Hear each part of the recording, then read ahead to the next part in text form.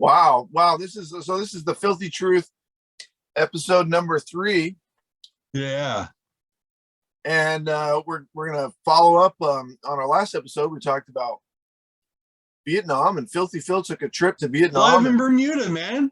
I'm in Bermuda right now, just chilling. Oh, you're in Bermuda? No, I'm It not. could be Bermuda or Vietnam. Yeah. I can't tell. Yeah, I know. Is that Called a fake background, man. Do you think that's a beach in Vietnam? No, I have no idea where it's at. But close enough. Like it looks kind of like when you were there. It could, yeah. Well, last time we talked about, we kind of covered some of the basics of Vietnam, and we wanted to get into the culture shock that you experienced. And you were saying that it was kind of like a drug trip. It was the best way you were able to describe it, as far as like the shock of seeing new things, and everything is new all at once. The people, the little things they were doing, and then how it expanded your mind. Yeah. Well, I mean, there's so much to talk about. I guess I can do the culture shock stuff. I got so many things I want to cover, but I'm going to try to cover it as quickly as possible. So I thought I'd do something a little different. I'm going to go over some like do's and don'ts in Vietnam. I'm going to cover a little bit about language, and we'll get to the area about culture shock and that type of things. So the first thing on the do's and don'ts is you should make friends online and practice learning Vietnamese. So before you go, it's good to if you have friends that speak the language, that's kind of what I did. You know what I mean? And you can always meet people online and make some connections before you go there. So that's the first thing. The second thing is like decide what kind of trip, no matter where you're going, like what kind of trip do you want to have? Because if you just want to do some sightseeing and hit a whole bunch of places, then it's not that big of a deal, right? You don't need to know much about the culture. But what happens is when you have a trip like that, it's like you're not involved in what's going on. So you just kind of, it's more like a zoo. You're just kind of observing, and you're just, also they take you to special, you go on a tour, right? And it's like you hop on one of those buses or whatever, and then, or actually be a cyclo. You know what a cyclo is, right? It's like No. It's kind of like a carriage or something like that. It's on a bicycle, whatever, and then you can ride in the back. They probably have them in Seattle, something like that. Oh yeah, just only like a couple people behind. Yeah. So, anyways, but if you go like on a tour, it's kind of like you're going to go to the main like center, like touristy stuff. Kind of like in Seattle, you go to like Pike Place Market, and then you'd go to something like that. So it's like really a guided tour, and I mean it'd still be fun, but you kind of miss out on a lot of stuff that's going on there. So, anyways, okay. So another thing is for the do's and don'ts. Check beforehand, of course, like what kind of vaccines you're going to need, and learn all about the culture and etiquette. We talked about that before, about, knowing that kind of stuff. But when I say also, like things about what not to bring too, because there's certain things that like I don't know, probably like a porno mag or something they wouldn't accept. And you know what I mean? I think just cultural stuff, some things, they really would get upset with. Next thing is make sure that you make photocopies of your, I see your dog, that's awesome, of your passport, and like anything, like in case you lose it, then you'll have it. And then also for like money, you want to get one of those money things where you can have it, in your, it's hard to explain, like it's kind of like hidden. Yeah. And you never want to have all your money in one place. So you have some money in your wallet, some money in your sock, some money at the hotel. It's kind of like that, and also some money in a wallet, because that way, if let's say you get robbed, right? You don't want to have it where there's no money. That looks really sus, right? If you have no money. Yeah, they're gonna be. So you want to be able to, like, if you get robbed, you lose a little bit of money, but you didn't lose all your money, right? So it's kind of, I mean, same thing with the credit card. So Did you go? um, Did you ever feel like something like that could happen? Like you could get robbed or mugged or something no, no, when just you were but there? just No. stories, of like Yeah. when you read about it. I mean, it is, there are some poor people in that country, and theft does happen. I'm not sure how much of it happens, but for things relating to like violent crimes and that kind of stuff, it's really low. But for thefts, it's a lot more. So you just want to make sure that you're not a target. So going with that idea, you want to dress really not conservatively, but like don't dress flashy, don't wear jewelry and that kind of stuff. Like kind of dress down, try to dress as the locals do. If they're wearing something, you want to wear what they're wearing. Just follow what's happening and try to blend in as best you can. Same thing with like pulling out your camera. Like it's a little bit, I don't know, there's been times that people, I guess, have come by and they'll snatch it out of your hand. You know what I mean? Yeah. Yeah. So you just want to keep as low profile as you can. Let's see here. Okay, so oh yeah, another important thing. Now this is going to sound strange, but I don't know if it's still going on, but when I was there, it was. So there's actually three types of styles of pricing when you go to buy something. Okay, so Okay. let's start with the least expensive. Okay, so the least expensive is someone who's what they call a Nguyen Viet. That means someone who is Vietnamese. So it's not just Vietnamese, but like they live in Vietnam. There's a difference. So they're from Vietnam and they live there currently. You know what I mean? So and a lot of times they can tell the difference between people who are from Australia or from the United States who are Vietnamese versus the people that actually live there. They will get the cheapest price on something. Because you're local. Yeah. Exactly. Now Yeah. the next level is what they call VitQ, which means they are not from Vietnam, but they're from another country, but they're Vietnamese. They get a little bit better price because I don't know, because they're Vietnamese, so they get a slightly better price. And then the worst price of all is the foreigner, right? The American and stuff like that. So I'm always aware of that. I always know that a lot of times there's a little bit of haggling. And so a lot of times when I ask them the price, bao nhiêu tiền, how much is it? And they'll tell me the price.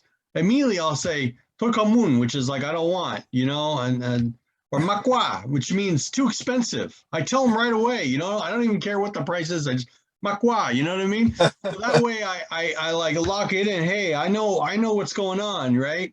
So I get maybe a little bit better price, and so or have someone else buy it for me. If there's something I want, I'll get someone to buy for me, and then I can get a better price on something. So. Anyways, okay, so let's see. Let me cover some more stuff here. Okay, for safety, of course, this is true for a lot of places. Stay close to the main center. If you want to go on side streets, you can do a little bit of that. I'm not too worried in Vietnam. I wouldn't be too much afraid, but sometimes, it's probably safer to, just to go with someone that's from there that kind of takes you around. You know what I mean? Does Yeah. that make sense? Well, yeah. Yeah. Okay. Now I wanted, oh yeah, another big thing. Do not talk about politics, the Vietnam War, or anything related to the government. So this Okay. is kind of like part of that cultural, the culture shock. It's not saying that those things don't get talked about, but you kind of get into a trap when you talk about those things because when you start expressing your views, you don't know who's in the room. And if someone works for the government, they can see that as you like propaganding or doing propaganda or what do you call it? Like it's, you don't know who's there, who's listening to you. And it's not like you need to be paranoid, but you just have to be, or you could offend somebody. You never know. Like those topics are really kind of, you don't want to talk about. Now, I'm sure there's people that do talk about it and nothing ever happens. But I was told those things you want to kind of leave Like don't bother with them. You know what I mean? Don't talk about them. Okay, let's see. Okay, next thing is let's do the language thing. The language thing is going to be fun. So I'm going to try to quickly go over this as fast as I can. So when I was talking, remember when you asked me that question about the con? You remember that? Chow Kong. Yeah. Yeah. And I think when I look back at that footage, I did a bad job of explaining everything about how that works. But let me see if I can explain it in this way. So imagine that you have a word like, let's say, human. So the word is human or land. And then after that word, you have the type of land. Or another one is fish. You say fish and then the type of fish, right? Okay. So Vietnamese has a lot of that. It's one word and then another word added to it. And then that creates the new word. So let me give you an example, okay? Let's take the word fish. Ka is fish. Ka mup, mup means fat, or bell means fat. But mup, if you say ka mup, it means shark. Voi is the word for whale. Ka voi, voi means elephant. Ka voi means whale. Okay. Now, cab up, why that means shark, it seems like those things should be reversed. So it doesn't always make sense. Another example is the word ow, which means clothing. So if I say al sami, it means a shirt. Al mua, we went over that yesterday, that last time. That's a rain jacket. Does that make sense?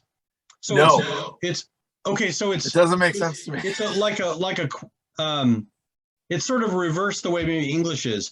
So it's the first word is, for instance, okay, I'll give you another one. Nook means water, right? It just by itself, it just means water. Nuke but is when water. You add another word to it, it suddenly relates to different areas of the world.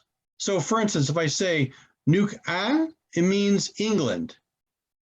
If I say Nuke Me, that's America, United States. Nuke E is Italy. Nuke Fap is France. So it's kind of like you take one word and then you add another word to it. It's the same. It's the root of it is basically like saying land. And the other word gives you what type of land it is. Same with the fish. Fish and elephant make something else, a new word. Oh, okay. See that? So it's like two words next to each other, and then it creates a new word. Fish and elephant. Right. So it's weird because when you hear it, you might think, oh, I hear the word elephant, so that must be talking about elephant. But no, a lot of times, and sometimes it's three words that are put together that create a whole new meaning. I mean, I can read perfect Vietnamese. I just don't understand it. I literally, if I had a newspaper, I can read it and I'd be like, and I can read. It's not hard to learn. But the thing is that I don't know, I understand all the words that are there, so it takes me a long time. And then also when I hear people talk, it's extremely difficult to try to figure out what they're saying. So a lot of times I miss things, so that's something that happens. The inflection, like the up and the down and the up and then and the down. Yeah. Changes the word, the meaning of it? Different. What is that different words? Yeah, you could have the same word, and then with that different tone mark, it could have a different meaning. But it's the same word. Yeah, same word as far as the word itself, but the meaning would change. So yeah, I know it's confusing. So yeah, but you know what? Best thing to do is not worry about so much. Like just start with the basics. Learn how to say like hello and how are you? Of course, simple like polite stuff. Please, and then go on to like how old are you and where am I, and things related to getting along with people and like getting information and asking stuff and what are your hobbies, like just basic. And once you get that, then you can kind of move on to more complicated things. So I thought I'd just really fast, I'll just show you how easy Vietnamese Vietnamese is with this simple thing. I've tried learning different languages. This relates to numbers. Now, hopefully this will work. I'm going to try it. All right. I'm probably going to really fuck this up, but I don't care. I'm going to try it anyway. So I'm going to teach you from 1 to 1 million. Okay. 1 to 1 million, how to say the numbers in Vietnamese. Okay. I'm going to do this really fast. So 1 is mot, hai, ba, bon, nam, sao, bay, tam, chin, mui. That's 1 to 10, right? Now, when we want to do 20, it's simple. Hai was 2. So we just say hai mui is 20 because mui is 10. Ba mui is 30. Bon mui is 40. Nam mui, sao mui, bay mui is 70. Okay, chin mui. Now what if it's 99? Chin mui chin. That's easy. Now we've covered from 1 to 99. You see that? Okay. Yeah. Now we get to 100. Cham is 100. Mo cham is 100. So how would we say 130?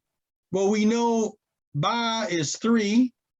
Ba mui is 30. So it's mo cham ba mui is 130. See how easy that is? Oh, yeah, yeah. Right? So it's just, you just add it on. Now, 200 is hai cham mui. No, just hai cham. Ba cham, bon cham. That's 400, 500. You just follow along. Now we get all the way to the hundreds, and now we get to 1,000. Ngan dom. That means like 1,000 in Vietnamese money, or ngan dola. That's $1,000. So once we get to ngan, if we want to say 1,100, it'd just be mot ngan, mot cham dom, mot cham, which is just basically 1,100.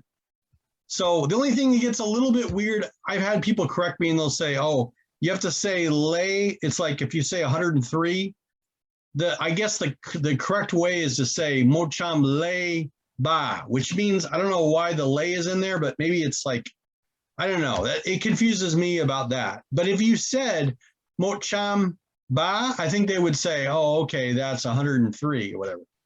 So you got the ngan. No, to say 100,000 is not so hard. It's mot cham ngan. You're just saying 100 and then 1,000. That's it. Mot cham ngan. Right? Cham is 100. Ngan is 1,000. Right? So that's it. And then it's right. 600 would be sao cham ngan. Sao is 6. Cham is 100. Ngan is 1,000. Now we go all the way up to 1 million, and 1 million is mot chiu. That's it, man. That's from 1 to 1 million. Bam. Was that, now did you get that? Yes, it's all now, how do you right say here. 125? No, I'm just messing with you. I don't expect you to get it that fast. But all I'm trying to show you is I'm a dumbass. If I can do that, other people can do it. That's all I'm trying to say. I'm trying to give an encouraging word of saying, look, if you put some effort into it, you can learn the language. And in fact, I think you can learn any language. It's just that you have to kind of enjoy it and have fun with it. Any questions for me on that kind of stuff? No, it does sort of make it sound a little simpler than I imagined it, because I hear the language and I'm like, what the hell's going on? It sounds so complex. Cool. And it's sort of explained in that way.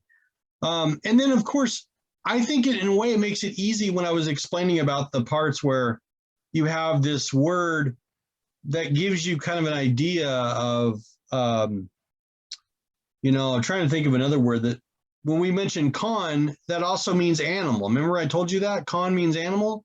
So it's con with another word makes the type of animal it is.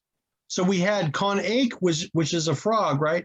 Con sop, which is like a squirrel, I think it is. Some of my animals I've kind of forgotten, but anyways, so that's the whale. same. What's the whale? It's the same basic idea, What's whale? Con ki means monkey. What's whale? So remember though, whale is a fish. So now we have to we have to drop it into the fish category. So that's why Fish you'd have to and say elephant. ka. Ka Oh, is fish. So yeah. you see how one is kind of an animal, but doesn't include fishes. So it's just the way the language is set up. So Oh, one is for one thing, and you just kind of have to know what it is. And then you combine those two words together. And then, but let me just, not to scare people, but there is one thing that makes it really hard, which is there's the north, the south, and the central of Vietnam. And they kind of have their own, not exactly their own language, but it's still Vietnamese, but there's some slang and there's some differences. They have different ways of saying things, which is kind of the same. We have that in the United States a little bit too, but not as, I mean, it's like that too, you know. So like for instance, say buit means bus, and then say bus is also bus, but it's like two different areas, you know. Same thing with wife. It's like va vatoy, nyatoy, basa. All mean the same word. It means the same thing, but it's different. You know what I mean? Different. it's like How would you different say? dialects. Yeah, different Okay. dialects. So that part makes it confusing. Okay, on with the what is it? The do's and don'ts of Vietnam.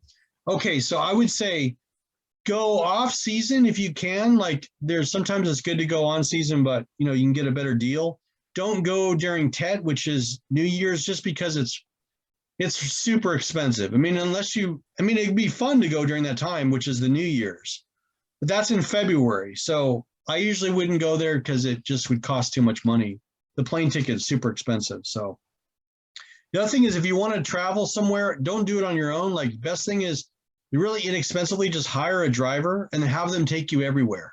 You know what I mean? You want to go along the coast and go to like Nha Trang and to Vung Tau and all these different places. Like basically you just have someone like hire a driver, be really inexpensive, and just have them stay with you, and then just, you know, you can go wherever you want to go. Oh yeah, That's that what I sounds did. fun. That Yeah, sounds it's really really fun. fun. So that's, and also, you know, if you don't know how to drive there, it's crazy. So you've got to have someone who knows how to drive.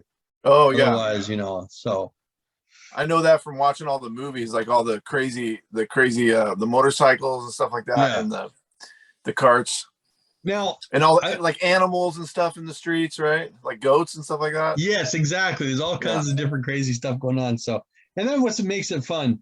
Now here's something that I did, and I actually picked this up in Vietnam, but actually later on, I do this once in a while. It's kind of a joke. It's not, I don't know why I do this, but it's kind of stupid. You're probably going to laugh at this. Okay. So, um, I almost never, like, I'm too cheap to go on a tour, like, you know, where you pay a bunch of money and like they have a tour guide or whatever, and you go to these different places. But sometimes I'll go into a museum and I'll hear, maybe they'll be from England or they'll be from the United States, and I hear like a tour going on, and what I'll do is I'll just like hang out with them, you know what I mean, and then just listen in, and then I'll just kind of like be involved in the tour without having to pay the money. But I actually, honestly, I find that stuff really boring. Like I really, it's not interesting to me. You know what I mean? But if I do want a little bit of history or whatever, and you know, just kind of like sightsee, that's something you could do. Is just if you hear someone and you hear English being spoken, then just hang out with them and then pick it up. You know. So okay, next thing. Okay, here's something that this isn't like a do or don't. It's just kind of like a little thing that I kind of picked up is I actually practiced a couple of some karaoke songs that they would have. Like I'd find out which ones that, you know, are kind of popular. And it's basically, if you know how to read, once you know how to read the language, you can basically sing, you know. And plus, they put this echoey thing on the microphone, so Yeah, even if yeah. it's bad, it doesn't matter. Everyone's drunk anyway, so it's like it's totally fun. And if you can, like, it's kind of weird. Like if you can sing really well in a song, which when I did it, I did pretty well, and people were really impressed. And it's a double-edged sword, because the problem is people are really happy that you can sing, right? And you kind of get this sort of like, wow, you know, because they've never seen someone like me sing, you know. But then the problem is they think that you're fluent in the language, and then when you tell them, you're like, I can't really speak the language, you know. You just read it. Yeah. It's hella confusing, right? Because they think, well, if you can sing, you must know the language, but no, it doesn't work that way. I have no idea what I'm singing. It's just words, right? So, I mean, I pick up some of the words, but anyways, okay, let's see. Another thing. Okay, so don't drink the water. So, and the reason why is because, and this is probably true in Mexico, like I have drink in the water, and you actually like you get the water because if you have ice, like if you had iced coffee, then you're gonna get the ice in there. Or if you have anything with vegetables, they're gonna wash it with water. Yeah. But for our systems, like we're not gonna be used to their water thing. And so a lot of times you can get like diarrhea, or you can get just initially you could get sick a little bit, but it's not like to worry, it's not nothing to worry about, but it's just more of like you could have some stomach issues for first few days or so, and then eventually your body will actually get used to it. Did you get But sick at all from the water, do you think, when you were there? yeah, a little bit A of little bit? queasiness, but Yeah. not majorly. I wasn't worried about it, but yeah, a little bit. I'll be honest and say that yeah, I felt a little queasy, but for the most part it was okay. So let's see. I think I mentioned go with someone who could speak the language. Uh, bring some like gifts, like a few gifts for like the families and stuff. Not much, but just it's always nice if you give them a gift or something like that.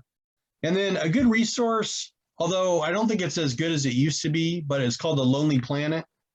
That place that's really good. Let's say give you an example. Let's say you're a hiker, you like love to camp, you love whatever it is you're into. I love to go biking, you know what I mean? Or I collect thumbnail shit, whatever. Like you go on there and you type in, I'm looking for this, whatever it is. I'm serious. I mean anything, right? And there's somebody in Vietnam, and or it could be expats. It could be people living in Vietnam who are English, or there it could be just be Vietnamese people that are into the same thing. And so you can hook up with other people and talk about stories, and it's really cool. I used that before, and so Lonely Planet, it's called the Thorn Tree, but the Thorn Tree is ending as of today. I looked it up, and they said, oh yeah, because of COVID, it's the things have changed, blah blah blah, and we're ending the Thorn Tree, which was the coolest thing because you could type in a name of a place, any subject matter, and you would just all these things would come up, like parties that are going on, just like man. And that's the thing about Vietnam is it's like one gigantic party. Like Really? it's people are having fun. I mean, it's almost overwhelming. There's always stuff Really? going on. Yes. It's just I mean, I can't explain it, man. It's just like, especially at night, there's a huge nightlife, that in the daytime, it's just kind of business as usual. But at nighttime, things lively up because the weather is cooler and, I don't know what it is, but people go out and have fun and, and do crazy stuff. So, Like what age groups are partying so much? Like, is it like here where it's like, college age it's mostly? everyone, Or, man. It's yeah. younger people, but it's also older generation too. It's a mix of different groups. So I think I hope I covered everything. I mean, those are the main things that I wanted to cover. Let me see if there's anything else that I want to talk about. No, I think I hope that was good. I hope that people can get some use out of that, and leave me comments down at the bottom if if you have any questions. I will answer those comments. So I think that's it, bro. Is there anything else? Did I miss something or what? No, Come it's on, what super. did I miss? It's super interesting. Like, it's it sounds like it'd be fun to go there. And when you mentioned the nightlife, I just imagine like really cool lights and like all kinds of different people mingling, and then lots of food. There must be lots of food and music. Oh yeah, yeah, lots of food and there's music and yeah, it's crazy. Oh yeah, there is one. I forgot a really important thing. Oh my god, I left this at the very end, that's okay. So let's talk about culture shock, for instance, a little bit. Um, so I want to introduce a word. I think a lot of people know what this word means, but I'm going to just say it so that we're clear. So it's called ethnocentric, right? And so when someone is ethnocentric, and it's universal, by the way. I would say it's kind of universal. Like what it means basically is that the culture that you're raised in, you see things, based on your own culture. And so a lot of times when you go to a place like, say, like Vietnam or actually anywhere, you kind of, you look at something and you think, oh, that's strange, or why do they do it that way, or whatever.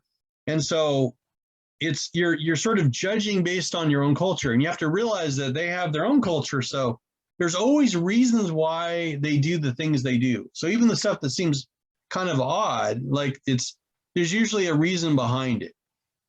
So what I've kind of trained myself to do, or kind of learned with traveling and stuff, is just be basically nothing you can do about it. Like it is always there. Like you are who you are, and it's very hard to think differently. You're not supposed to just, like suddenly just meld into their culture magically. It doesn't work that way, right? You can sort of learn from their culture, but it's very difficult to change your own culture. Like it's your own thinking, right?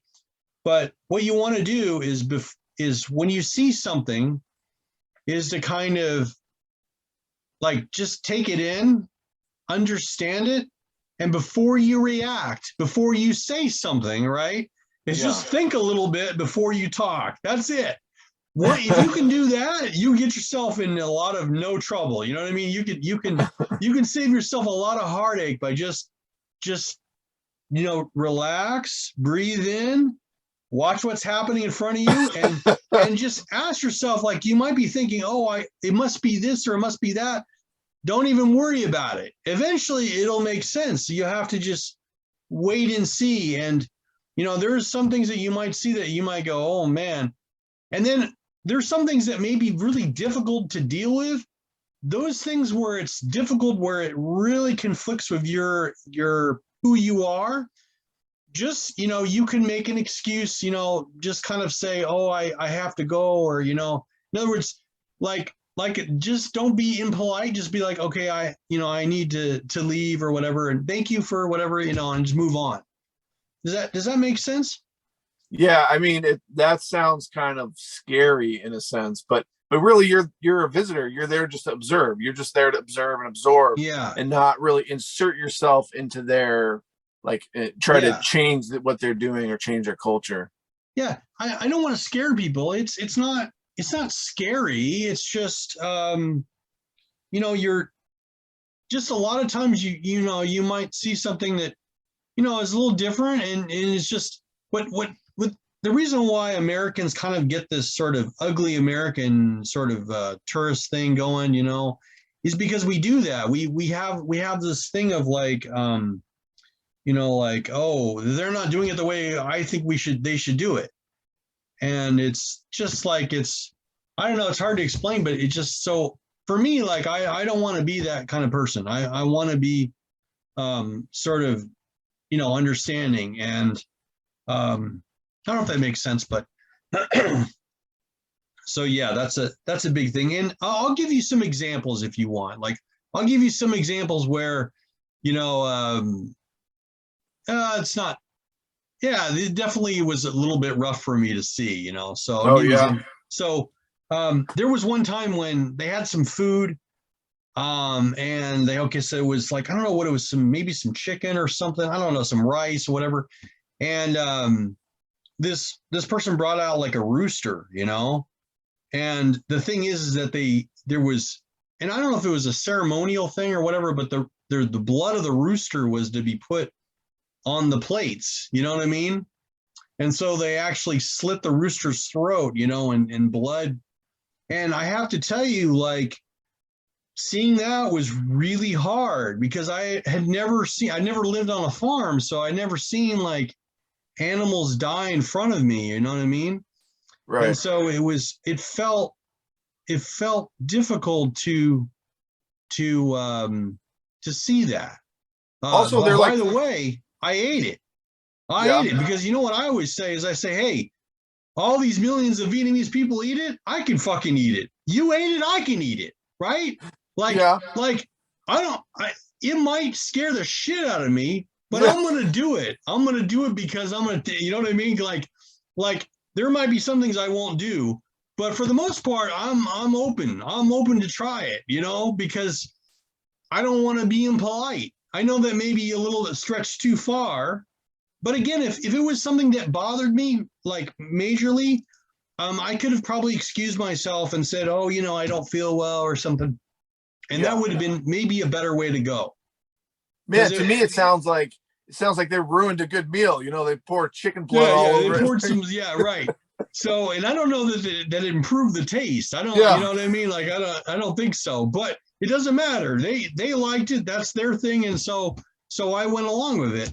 But think about this though, for instance, when you, and the same thing one time we had some kind of pork thing. Like I asked what's for dinner and they said, oh, we're going to have some basically like some pork and some rice and some other stuff. And I swear to God, like 10 minutes later, I heard this squealing and I was like, oh my God, that's a live animal. Like that is going to be on the plate. But it was like, if you're a meat eater like me, I mean, I love vegetarian food, but I also love meat. And it's like, it was really good. Like when it's that fresh, it's really good. But the idea of, oh, it's actually an animal that just died. It's kind of weird. I mean, not weird. It's not weird, but actually the crazy part is what's messed up is not their culture. It's ours, because we have basically like, it's some factory, some dude killed the animal. It's been sitting in that package for who knows how long, right? And we're cut off from the idea that meat is murder, that there's actually a living life form in what you're eating. We've been cut off from that. We don't understand that. So to me, I look back at it now and go, oh man, that totally made sense. And it's not weird at all. It totally is appropriate. Like it's actually my culture that's fucked up, not theirs. You know what I mean? Like when I look back at it now, I have that perspective. I don't know if that makes sense. And by the way, there's a ton of a lot of the Buddhists, they're actually, I mean, they wouldn't call themselves vegans, but they're vegan, completely vegan. So there's a lot of those people too, and they eat all, you know, vegetables. And so anyone who's a vegan or doesn't eat meat, there's plenty of great food that you can have, you know, there. So it's just covered in chicken blood. No chicken blood. See, they wouldn't do that, right? So that's the thing, is that if they say they're Buddhists, they're probably not going to eat meat. So there's, you know, so and actually I really love the vegetarian food that's the Buddhist style, because they're the ones that do, like, it tastes like chicken or it tastes like something, but it's not. I don't know how they pull it off, but they, you know, they make it taste super good. So anyways, man, I think that's it, man. I think I hopefully covered as best I can. And well, that's super interesting. I kind of think we should come back at some point and do a Vietnam stories part 3. Okay, yeah, I got more stories to tell, but I can tell you do, yeah. Okay, right on, man. So again, what I'm gonna say this thing that all the other stupid YouTubers say: like and subscribe. You know, hit the like button. You know, all that crap. But really, if you like us, man, hey, that's great. I love to get more people that will follow us, and you know, and I hope we can keep bringing out great content. And so with that, I'm Filthy Phil, and I'm gonna say goodbye. Do your thing, bro. Yeah, check us out on all the platforms. We're gonna be on YouTube and iTunes and Spotify. All right. So bye for now. Bye.